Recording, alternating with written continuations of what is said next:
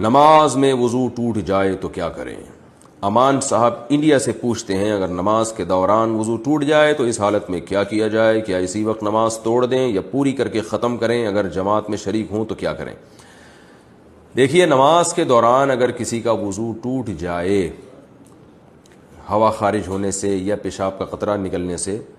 تو اس کے لیے جائز ہے، چاہے امام ہو یا مقتدی ہو یا اکیلے نماز پڑھ رہا ہو، اس کے لیے جائز ہے کہ فوراً اسی وقت جائے، بغیر توقف کے ٹھہرے،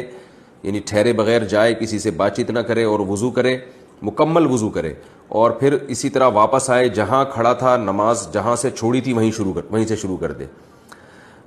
یہ جائز ہے امام کے لیے بھی اور مقتدی کے لیے بھی، لیکن اس میں بہت ساری شرطیں ہیں، وہ ذرا سی بھی اس کی مخالفت ہو گئی تو نماز، کیونکہ اس بارے میں جو حدیث ہے کہ جس سے علماء نے استدلال کیا ہے کہ جس کی نماز ٹوٹ جائے تو اس کو چاہیے کہ اسی پر بنا کر لے، یہ حدیث خلاف قیاس ہے، اور خلاف قیاس میں یہ ہوتا ہے کہ پھر وہ تمام شرطوں کی رعایت کرنی پڑتی ہے، اور وہ عام طور پہ شرطوں کی لوگ رعایت کرتے نہیں ہیں، اور جمہور کا یہی مذہب ہے کہ نماز اس کو دوبارہ پڑھنی پڑے گی۔ صرف فقہ حنفی میں اس کی اجازت ہے کہ آپ وہیں سے نماز آگے شروع کر سکتے ہیں اس حدیث کی وجہ سے۔ تو اگرچہ یہ حدیث سند کے لحاظ سے ضعیف ہے، مگر بہت زیادہ ضعیف نہیں ہے، مگر امام حنیفہ نے کا ایک جو اصول ہے وہ یہ کہ وہ ضعیف حدیث کو بھی قیاس پہ ترجیح دیتے ہیں۔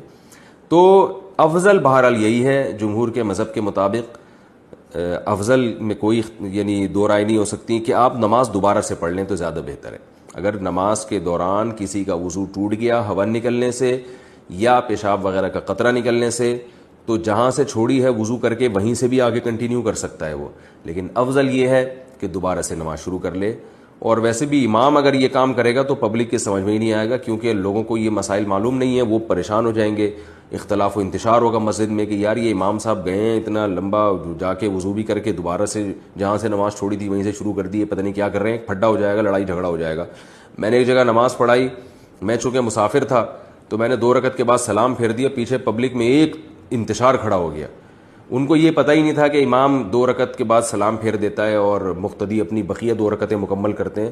تو جہاں اتنی جہالت ہو وہاں اگر آپ ان مسائل پر عمل کریں گے تو لوگوں میں انتشار ہوتا ہے۔ تو مجھے اندازہ ہوا کہ بھائی کہیں آپ شہر میں ہوں، اگر آپ امام ہیں، آپ مسافر ہیں، تو آپ نماز نہ پڑھائیں، کسی مقیم کو آگے کر دیں، وہ پڑھا دے تاکہ لوگوں میں انتشار پیدا نہ ہو۔ ہاں، پہلے سے آپ نے مسئلہ لوگوں کو اچھی طرح بتا دیا پھر آپ پڑھائیں تو ٹھیک ہے۔